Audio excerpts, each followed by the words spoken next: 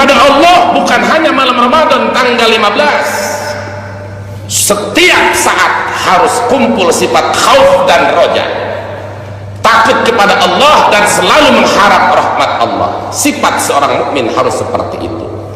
Tapi yang jadi permasalahan bukan karena masalah ustadz-ustadz tersebut menyampaikan informasi dan memang ayah bahasa anjenage semoga tidak terjadi bahasa. Tapi yang jadi masalah ente menyebarkan hadis maudhu, ini yang jadi masalah. Allahumma salli wa sallim wa barik ala sayyidina Muhammad wa ala ali sayyidina Muhammad. Kesimpulan, menurut ulama ahli hadis juga selain ahli hadis boleh meriwayatkan hadis-hadis dhaif, bahkan tidak menyebut sanad-sanad hadis dhaif dengan dua syarat. Syarat pertama, hadis dhaif tersebut tidak berkaitan dengan akidah. Kedua, tidak berkaitan dengan ahkamus syar'iyyah tentang hukum halal haram. Berarti dina urusan fadilah mun maca la ilaha illallah masakieu, mun maca istighfar sakieu, mun maca puasa bulan Rajab sakieu fadilahna. Urusan-urusan fadilah teh. Bi khilafil ahadisil mawdu'ati fa innahu la yajuzu riwayatuha illa ma'a bayani wadhiha. Berbeda dengan hadis maudhu. Mungkin kurang terakhir tuh dina tarikh tadi itu di ujung hadis mau pembahasan dina kitab Baiquniyah mah, yaitu dina bab wal kadibul mukhtalatul masnu'u 'alan nabi fadzalikal mawdu'u wal kadibul mukhtalatul masnu'u 'alan nabi fadzalikal mawdu'u. Bagaimana tentang hadis maudhu? Menurut ulama ahli hadis, ulama selain ahli hadis, ulama usul fikih, ulama ahli fikih, fa innahu la yajuzu riwayatuha illa ma'a bayani wadhiha. Tidak boleh meriwayatkan hadis maudhu kecuali sekaligus menjelaskan kedudukan maudhunya. Ibu bapak, ini hadis maudhu. Saya nyampaikan memberi contoh saja, jangan diamalkan, jangan dijadikan akidah. Ini hanya menjelaskan. Nah, seperti tentang masalah anu beredar kiwari. Mana anu beredar kiwari? Loba jelma ustad anu ngaji hadis kadang-kadang lain menurut maknana ikut ulama ahli hadis. Ngan lolobangan nu kitu teh lain kaluaran pondok pesantren, kecuali pesantrennya pesantren modern atau di sekolahan. Aing ngaran di pondok pesantren anu bener-bener pesantren salafiyah moal ngagunakeun hadis jeung ayat pakai ilmu teknologi cocok logi, asal cocok jeung logika. Salah satu contoh masuk bahasa ayeuna kerame di mana bulan Ramadan tanggal 15 malam Jumat maka bakal terjadi bencana.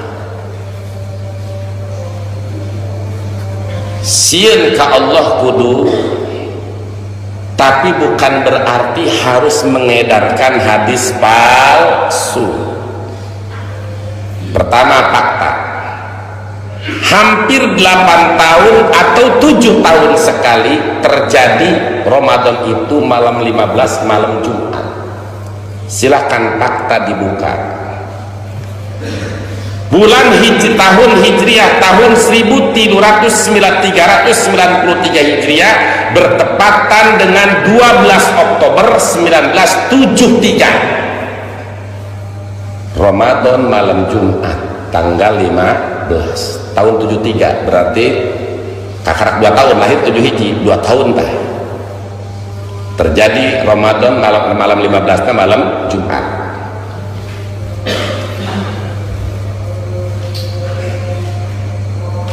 tahun kemudian, tepatnya tahun 1401 Hijriah, bertepatan dengan 17 Juli 1981, berarti 73 kan 81 berapa tahun? 8 tahun. Di Ramadan tahun 1401 terjadi malam 15, nah itu adalah malam Jumat.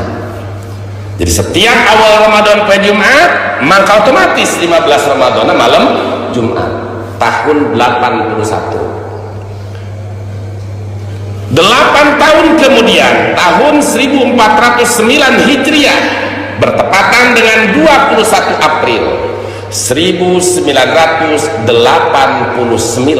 sama awal Ramadan Jumat, malam 15 Ramadan malam Jumat.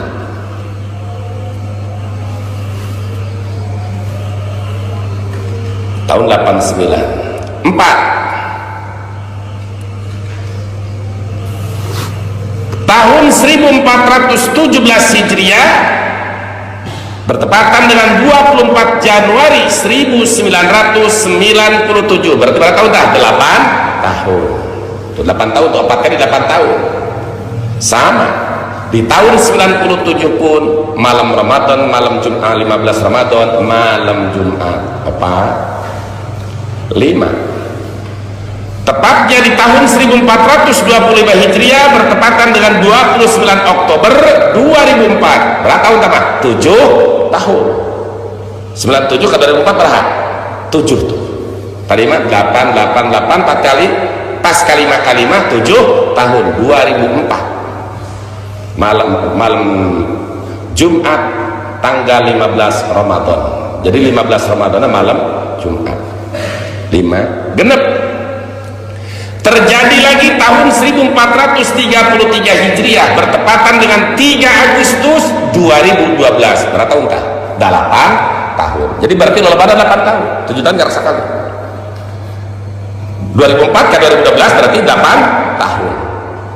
Tahun 2012 tanggal 3 Agustus 1433 Hijriah, malam 15 Ramadan itu bertepatan dengan malam Jumat.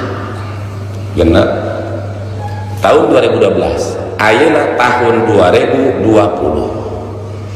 bertepatan 1441 Hijriah dan tanggal 8 Mei 2020. 2012 dan 2020 sabaraha? 8 tahun. Berarti tina 7 fakta sejarah anu dihitung bae 7. Anu ngan 7 tahun masa kali ngumpul.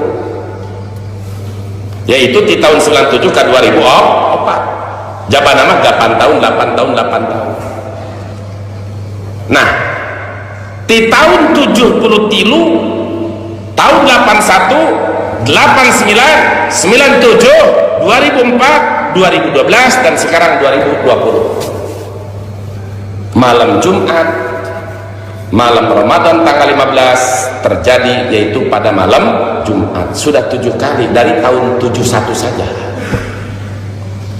Cuma dulu tidak terlalu beredar karena memang teknologi tidak secanggih zaman sekarang. Tapi dengan adanya teknologi zaman sekarang, banyak pertanyaan, SMS, semacam-macam, muskasiunan, mempersiapkan beas, bisi kejadian, lain kita mempersiapkan beas, loba istighfar, loba tobat, tungtungna ketakutannya berlebihan. Takut kepada Allah bukan hanya malam Ramadan tanggal 15. Setiap saat harus kumpul sifat khauf dan roja. Takut kepada Allah dan selalu mengharap rahmat Allah. Sifat seorang mukmin harus seperti itu. Tapi yang jadi permasalahan bukan karena masalah ustadz-ustadz tersebut menyampaikan informasi dan memang ayat bahasa anjeunage, semoga tidak terjadi bahasa. Tapi yang jadi masalah ente menyebarkan hadis maudhu. Ini yang jadi masalah. Yang menyebarkan hadis maudhu inilah yang jadi masalah. Kenapa jadi masalah? Tadi sudah jelas dikaji dari berbagai hadis, bagian-bagian dhaif, hukum-hukumnya sampai hadis maudhu sudah jelas bahwa haram meriwayatkan hadis maudhu, hadis palsu, kecuali dijelaskan kepalsuannya. Mari kita kaji, buktikan hadis yang beredar. Riwayat hadis mengambil Nu'aim bin Hammad disandarkan kepada Abdullah bin Mas'ud. Abdullah bin Mas'ud dari Nabi, kata Humaid bin Ahmad bin Hammad. Nabi menyatakan, kata dia, idza kanat sayhatun fi ramadhan fa innahu yakunu ma'mamatun fi syawal wa tamyizul qaba'il fi dzil qa'dah wa tusbaqu dima'u fi dzil hijjah wal muharram wa ammal muharramu yaquluha salasan hayhata yuqtalu nasu fiha harjan harja. Qala kunna wa ma sayatu ya Rasulullah, qala haddatun bi nisfi min ramadhana lailata jum'ah fatakunu haddatun tuqidun na'im wa tuqidul qa'im wa tukhrijul awatiqa min khudurihinna fi lailati jum'atin fi sannatin kasirati zalazil fa idza salaitumul fajra min yaumil jum'ah fadkhulu buyutakum wa adriku abwabakum wa suddu quwakum wa dasiru anfusakum wa shuddu adanakum fa idza hasastum bis sayhati fakhirru lillahi sujada wa qulu subhanal quddus rabbunal quddus fa inna man fa'ala dzalika naja wa man lam yaqal dzalik halaka. Siapa yang mengeluarkan hadis ini? Nu'aim bin Hammad. Di dalam kitabnya apa? Al-Fitan. Pertama, sebelum dijelaskan kedudukan hadis ini, artinya secara singkat, di bulan Ramadan itu akan terjadi suara apa? Haddah, dentuman yang besar yang membuat kaget manusia, yang tidur akan bangun, yang duduk pun akan berdiri, yang berdiri akan duduk, wanita-wanita pingitan keluar dari rumahnya. Terjadi di malam Jumat pada tahun yang banyak gempa. Nah, kapan itu terjadi? Haddatun fin nisfi min Ramadan lailata Jum'ah, yaitu malam 15 Ramadan, malam Jumat. Muncul beredar video, Gus, nyebar luar biasa, banyak yang ketakutan dari ini. Ingat, takut kepada Allah setiap saat bagus, khauf dan raja kepada Allah bagus, tapi bukan dengan cara hadis maudhu. Yang jadi masalahnya, masalah hadisnya ini menyebarkan hadis palsu, haram. Kajian mustalah hadis yang benar. Jika terjadi seperti itu malam Jumat tanggal 15 Ramadan, maka akan terjadi dentuman suara yang dahsyat. Maka di mana kalian sholat Jumat? Nah, malam Jumat, berarti malam Jumat itu kalau diikuti, berarti yang ngomong begini di Arab siapa? Ya Arab, berarti waktu Arab. Namun waktu Arab malam Jumat jam 12 diurang sampai subuh jam 5. 4 jam bedanya. Akhirnya orang ngaji jam 12 orangnya. Akhirnya jam 12 kurang 10. Berarti di Mekah ya jam 8 kurang 10. 4 jam. Malam Lailatan Nisfi. Namun terjadi itu waktu Arab tanggal 12, berarti orang masuk subuh. Lalu di situ, di mana kalian salat subuh hari Jumat, fadkhulu buyutakum, ayo masuk rumah. Wa agriqu ababakum, kunci pintu, tutup jendela, jaga diri, tutup telinga. Fa idza hasastum bisayhat, ketika ada suara jeritan, suara kedum-tuman, entah planet apa, langsung kalian harus sujud kepada Allah dan katakan subhanal kudus rabbunal kudus. Orang yang melakukan tersebut akan selamat, wa man lam yaqal dzalik, orang yang tidak melakukan itu akan celaka. Ini hadis adalah hadis maudhu. Mari kita kaji sekaligus dalam kajian masalah mustalahat hadis. Hadis ini hadis maudhu, tidak sah dinisbatkan kepada Nabi. Rasulullah bersabda, naudzubillah. Tadi sudah jelas kata Imam Al-Hafidz Jalaluddin Suyuti, al-khabarul maudhu syarrul khabari wa dzikruhu li alimin bihi. Seburuk-buruknya hadis itu adalah hadis maudhu, hadis palsu. Bagi seorang ustadz, bagi seorang kiai, bagi orang yang tahu bahwa itu hadis palsu, haram meriwayatkannya, haram menyebarkannya, haram menyebarkannya. Kecuali jelaskan, ibu, bapak, saudaraku kaum muslimin, ini hadis palsu, ini hadis maudhu. Akan tetapi kita ayo tingkatkan ketakwaan kita kepada Allah. Jelaskan hadisnya, ngajak takwanya bagus. Ngajak takwa bukan berarti harus dengan hadis maudhu. Masih banyak hadis sahih, masih banyak hadis hasan, masih banyak hadis dhaif yang tidak derajatnya sampai kepada maudhu. Urusannya bukan masalah mengajak orang takut kepada Allah, bukan masalah penyebaran hadis maudhunya ini. Ingat, masalah urusan menyebarkan hadis maudhu. Menyebarkan hadis maudhu haram, kecuali dia jelaskan ini derajat hadisnya maudhu. Kenapa ini dikatakan maudhu? Mari kita kaji dalam mustalah hadis, rijalul hadis. Ini yang menulis hadis ini adalah Nu'aim bin Hamad. Di dalam kitab dia yang namanya kitab Al-Fitan. Siapa yang menyatakan hadis ini maudhu? Bukan orang. Al-Imam Uqaili, Imam Ibnu Jauzi, termasuk Imam Az-Zahabi, termasuk Imam Ibnu Hajar. Satu, hadis maudhu. Dua, fakta sejarah. Tadi mulai tahun 73 sampai 2020 guys, 7 kali malam nisfu Ramadan, 15 Ramadan, malam Jumat. Fakta sejarah 7. Wacana kiai pan dia majelma supaya eling ke Allah, supaya bagus ngelingan ke Allah nama, tapi ulah nggunakeun hadis maudhu. Intinya jangan menggunakan hadis maudhu. Bukan masalah tidak boleh mengajak orang, boleh kita tarjib dan tarhib kepada orang, bahkan dengan hadis dhaif sekalipun tadi sudah jelas boleh, tetapi dhaif itu tidak sampai kepada derajat hadis maudhu.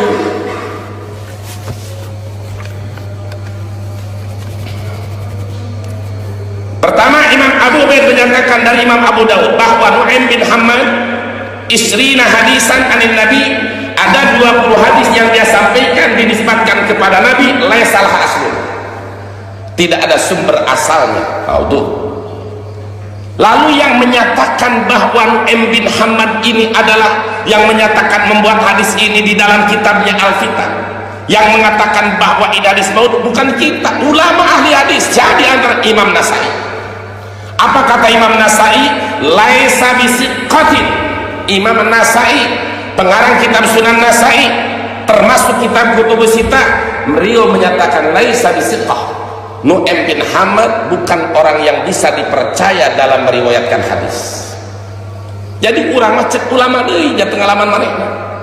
Kita menurut ulama yang kuat. Lalu Imam Al-Hafidh Abu Ali An-Naisaburi menyatakan sami'tu Aba Abdillah An-Nasai yadhkuru. Kata Imam Al-Hafidh Abu Ali An-Naisaburi, aku pernah mendengar Imam Abu Abdillah An-Nasai menyebut tentang nama Nu'aim bin Hammad. Apa kata Imamnya Tanasai? Begitu beliau menyampaikan beberapa hadis riwayat dari Imam Nu'aim bin Hammad, di ujungnya Imam Nasai mengatakan qad kasura tafarruduhu anil a'immatil ma'rufin bi ahaditsa kasiratin basara bi haddi man la yuhtaju bihi. Kata Imam Nasai, memang Imam Nu'aim bin Hammad ini banyak menceritakan tentang hadis yang beda anil a'immatil ma'rufin daripada imam-imam ahli hadis yang maklum. Banyak bi ahaditsa kasirah, beliau banyak menyeritakan hadis-hadis yang banyak yang berbeda dengan para imam-imam yang lain, sehingga beliau dengan banyaknya menceritakan hadis yang tidak maklum dengan para ulama-ulama muhadis yang lain, pasoro bihaddi man la yutajubih, maka Imam Nu'aim bin Hammad termasuk golongan orang yang tidak bisa dipakai hujjah. Berarti tahu maudhu. Ulama besar tentangnya itu Nu'aim bin Hammad. Siapa yang mengatakan? Ibnu Hibban. Kata Imam Ibnu Hibban, rubbama akhta'a wa waham. Imam Nu'aim bin Hamad terlepas dari kelebihan dan kekurangannya, beliau kadang-kadang salah dan lemah.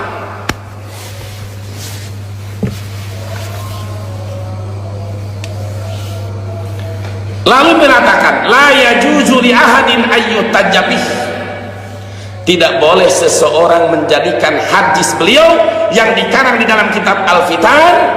Di dalam kitab Al-Fitan itu memang bi'ajaib wa manakir. Kitab Al-Fitan itu menjelaskan hadisnya memang ajib-ajib, antik-antik, munkar-munkar, beda dengan yang lain. Memang orang Indonesia sukanya yang ajib-ajib gitu, antik-antik. Sudah dibahas oleh ulama muhaddisin terdahulu. Bahkan Imam Ibnu Adi setelah Imam Nyata menjelaskan tentang tadi, beliau menyatakan, qad kana ahadu man yatasallabu bis sunnah wa mata fi minatil Qur'an bil habsi wa amamatu ma ankara alaihi wa ma dzakartuhu wa arju ayyakuna bakadisi mustaqima. Termasuk hadis tadi adalah hadis maudhu, dan semoga hadis beliau yang lain adalah masih lurus. Beliau memang wafat di penjara pada zaman yaitu masalah fitnah hukum Al-Quran makhluk. Beliau tetap tidak mau menyatakan Al-Quran makhluk. Bagus, dirinya nama hebat, luar biasa. Sampai beliau mati di dalam penjara pada tahun 229 Hijriah. Wa mata fi sanati tisi wa isrina mi'ah wa usu ayun fana fi quyudi. Beliau nyata ditangkap oleh penguasa pada saat itu, yaitu zaman fitnah, orang yang harus mengatakan Al-Quran makhluk, yaitu di zaman Imam Ahmad bin Hambal juga, satu zaman satu kurun. Jadi wafat beliau ditangkap gara-gara tidak menyatakan Al-Quran itu bagus, dalam prinsipnya bagus, dalam itunya bagus. Lalu beliau dipenjara sampai wafat di penjara tahun 229 Hijriah. Namun sebelum wafatnya beliau wasiat, apabila saya meninggal di penjara ini, tolong dikuburkan saya fi quyudi dengan borgol-borgolnya. Jadi borgol saya ini, rantai saya ini, kalau saya mati, tolong dengan borgol-borgolnya bawa. Wa qala inni mukhasim, dan aku nanti di hadapan Allah akan melawan penguasa ini dengan bukti borgol ini. Mantap keberanian, luar biasa, sangat luar biasa, hebatnya bela agama. Tapi urusan hadis ini tak, dina urusan hadisnya, nu iya termasuk kan hadis palsu.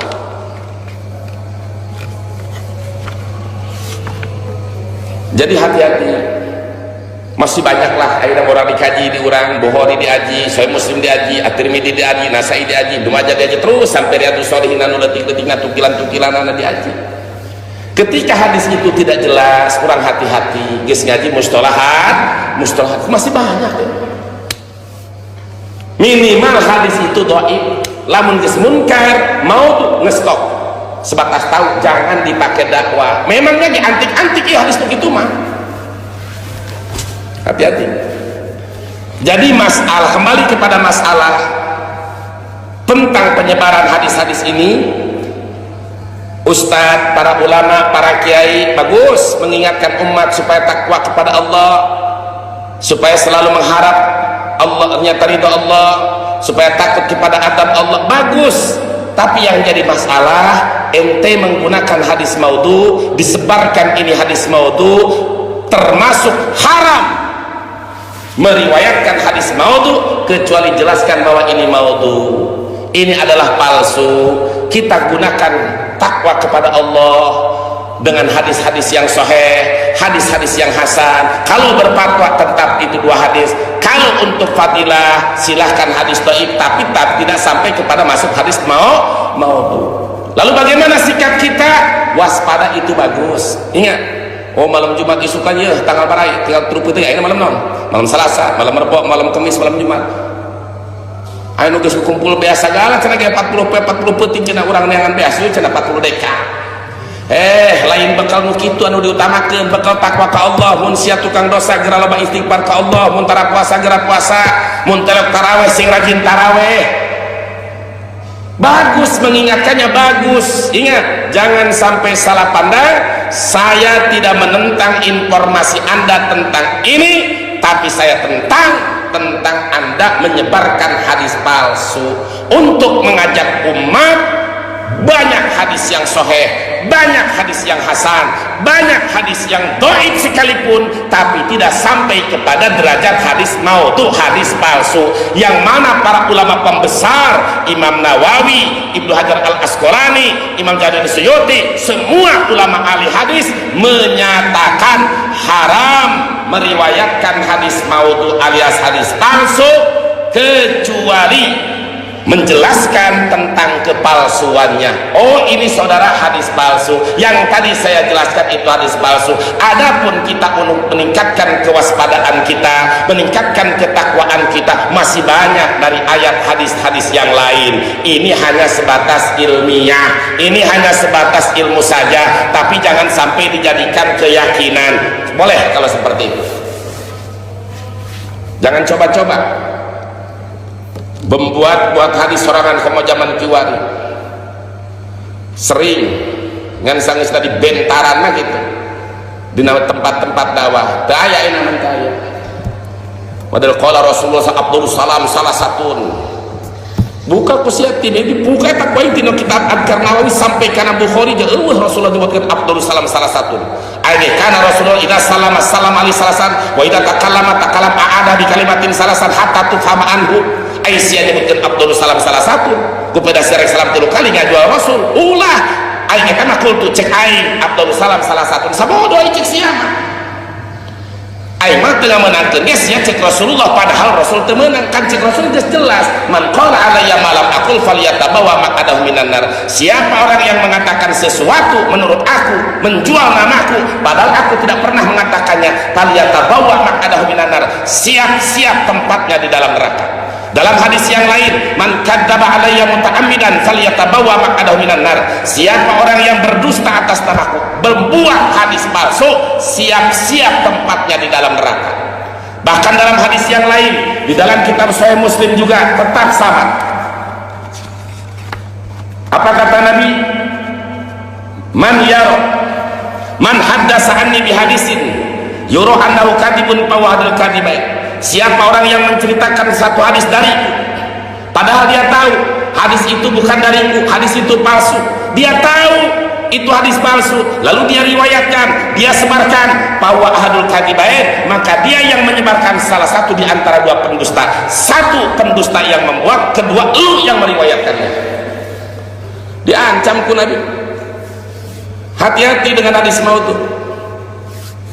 Keras ulama ahli mustalah hadis.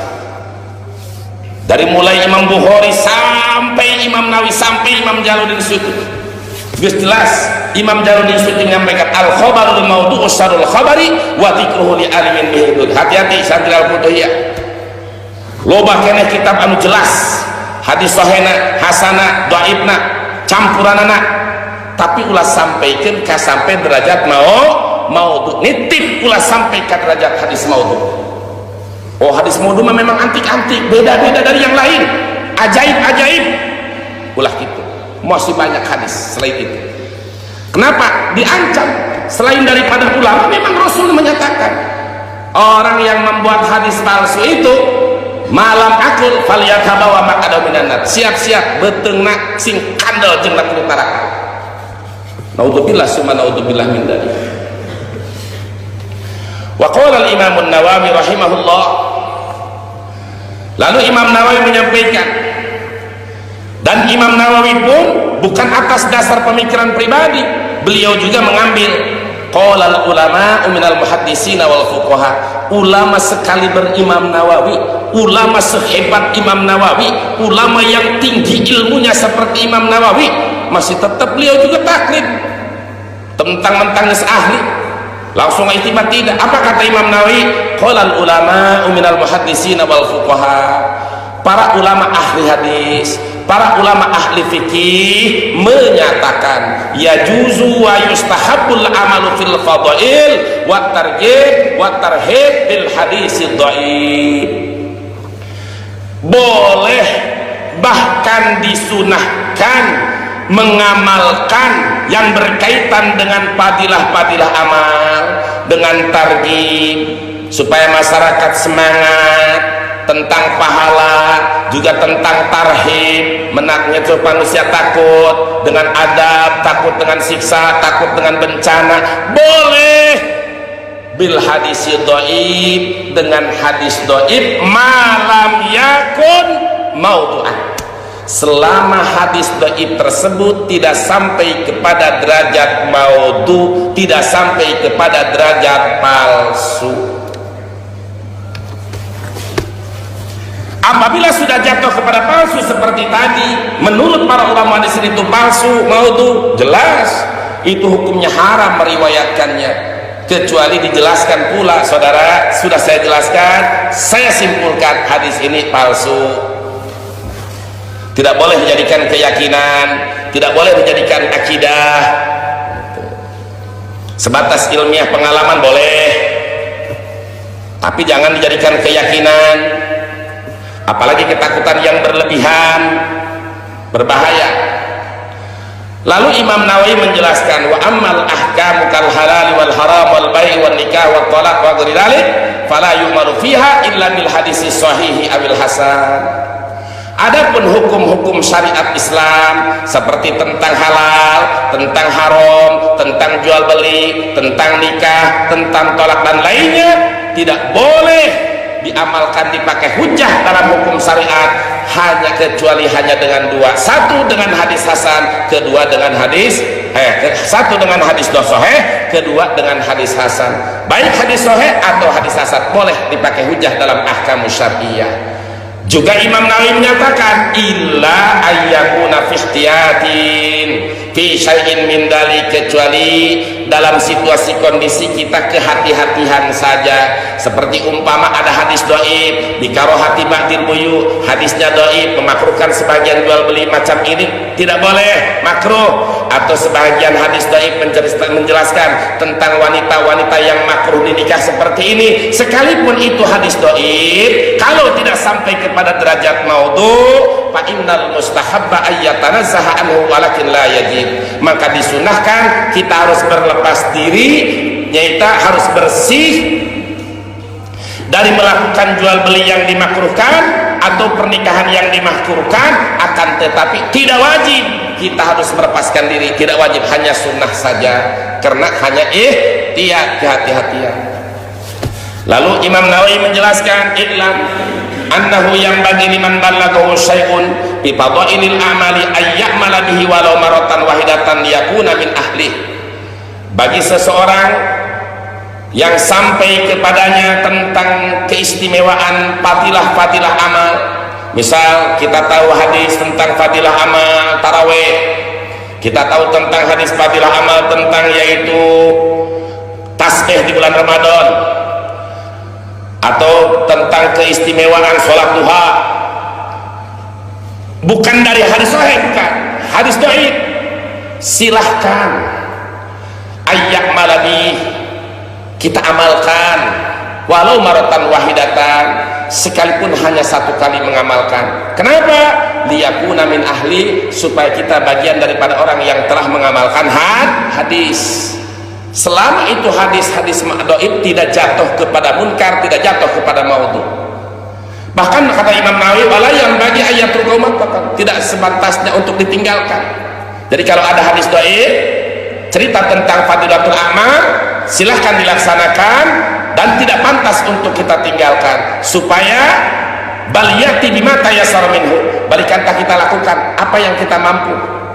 Misal fadilah puasa bulan Rajab, fadilah puasa bulan Syaban, fadilah puasa Muharram, hadisnya apa hadis dhaif, silahkan kalau itu baca hadis-hadis dhaif. Padahal hadis sahih banyak, hadis hasan banyak, cuma memang kalau hadis hasan, hadis sahih kurang empuk ganjaranna gitu, kurang empuk ganjaranna. Beda jeung hadis dhaif, salat tarawih malam sakitu ganjaranna, malam kedua sakitu ganjaranna, malam katilu sakitu ganjaranna gitu dah. Nah, jadi kurang empuk gitu karasana, bikin jalma anu geus biasa hayang empuk bae gitu.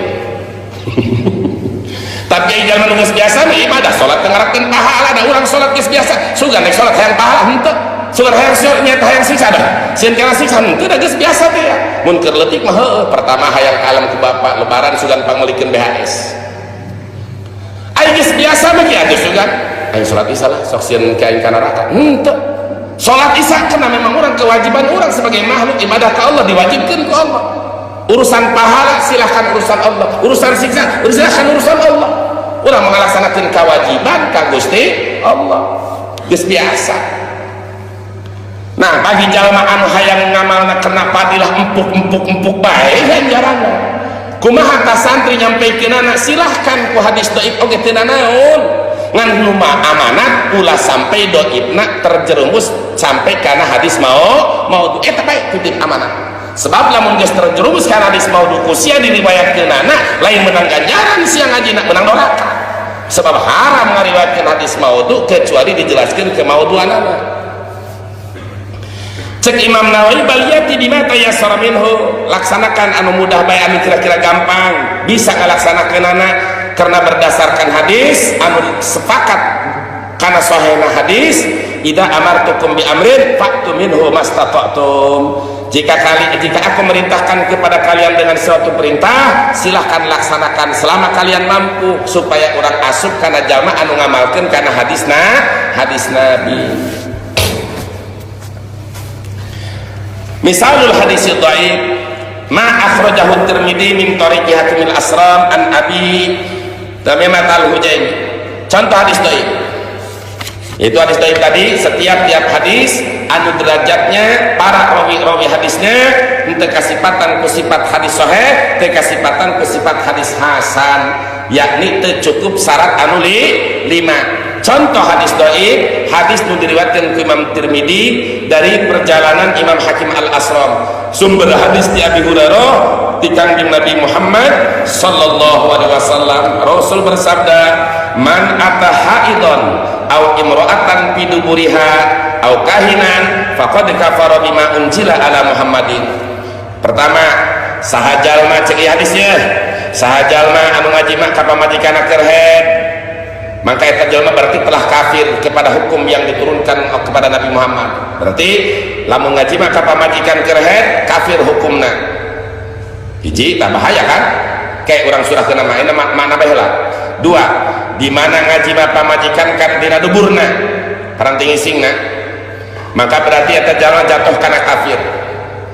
3, sajalma datang ka dukun faqad kafara, maka eta kafir. Lamun ieu hadis dipahami secara tekstual tanpa dikait dengan hadis-hadis yang lain bahaya.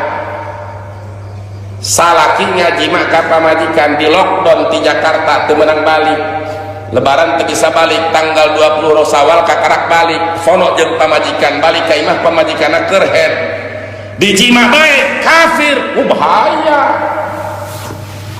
Maksudna ya takwil, man ataha idon saha jalma ngajima pamajikan anu keur haid nekadkeun kana halalna,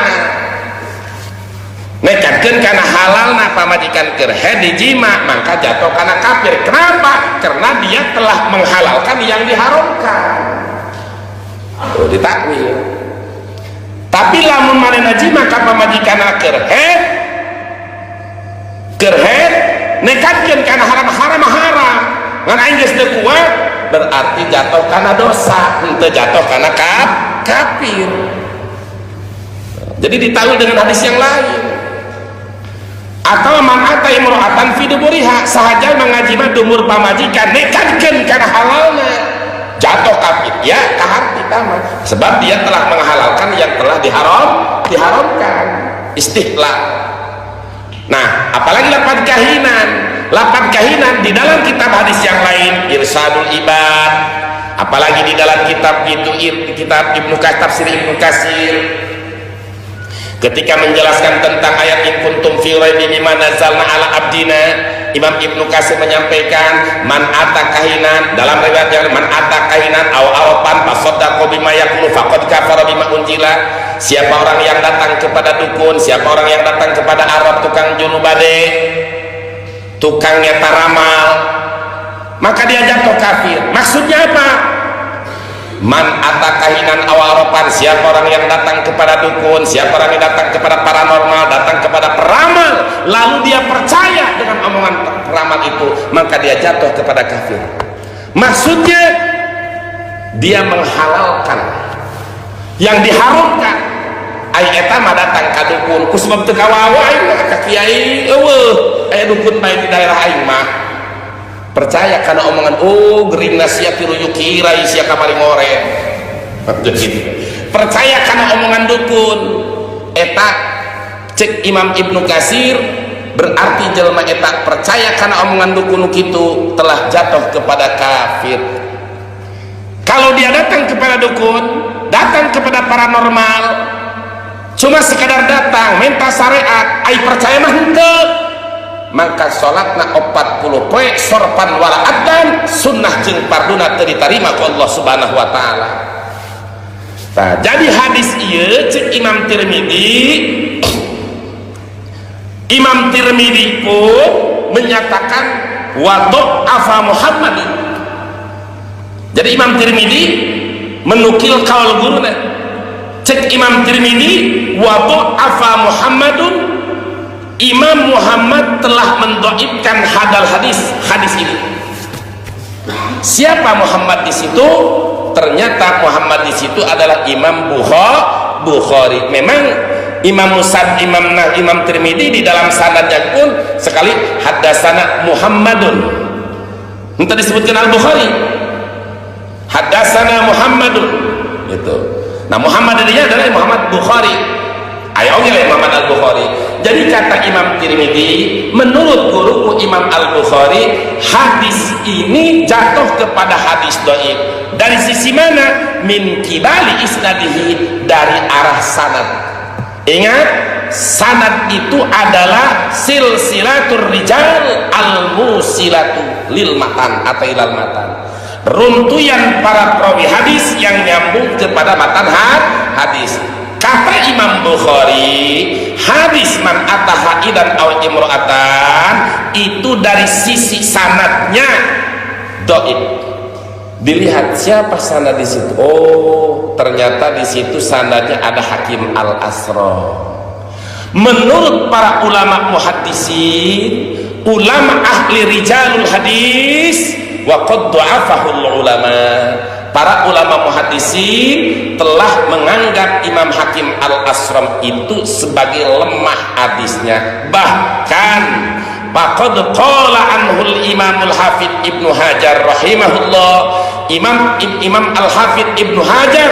Nah, dalam ilmu hadis Ibnu Hajar ketika dalam hadis yang dimaksud biasa Ibnu Hajar Al-Asqalani. Lamun dina fikih qala Syekhuna Fatul Ibnu Hajar Al-Haytami pengarang Tuhfatul Mu'taz. Jadi Ibnu Hajar Al-Hafidz Ibnu Hajar Al-Haytami ahli fikih. Imam Al-Hafidz Ibnu Hajar Al-Asqalani sahibu Fathil Bukhari, beliau mencatatkan di dalam kitabnya Taqribut Tahdzib, apa kata beliau? Fihi layin. Hadis tadi diriwayatkan dari perjalanan Hakim Al-Asram, yang mana Hakim Al-Asram itu fihi layinun, lemah, itu sopan. Sebab supaya ulama masuk karena gibah, lemah, ilmu jarhi wa ta'dil, lemah, lain lamun ngaji mustalah hadis fihi iku tetap ing dalam ya hakim layinun utai lemah lembut. Jadi ki hakim ibu bapak ulama anu lemah lembut kolongo. Maksud bihi layinun, Imam Hakim Al-Asram itu derajat hadisnya lemah. Oleh karena itu tidak bisa hadis tadi dipakai ketetapan hukum. Karena apa? Sudah jelas bahwa menetapkan hukum itu harus dengan hadis sahih atau hadis hasan. Maka hadis dhaif tadi perlu ditakwil. Setiap hadis dhaif berkaitan karena hukum harus diperkuat oleh hadis hasan atau harus hadis sahih. Contoh, siapa orang yang menjima istrinya pada saat haid tadi jatuh kafir. Maksudnya apa? Mustahilan, dia anggap halal jima kepada istri yang sedang haid dan menghalalkan jima tersebut, maka dia jatuh kepada kafir. Kafirnya bukan dari perbuatan jima dengan istrinya, karena dia telah menghalalkan yang jelas-jelas diharamkan. Jadi istihlal.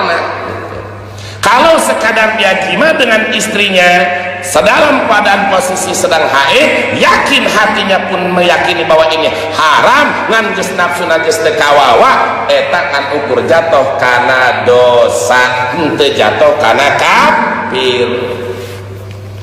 Al hadisul marfu'u qala an-nadim wallahu a'lamu bis-shawab.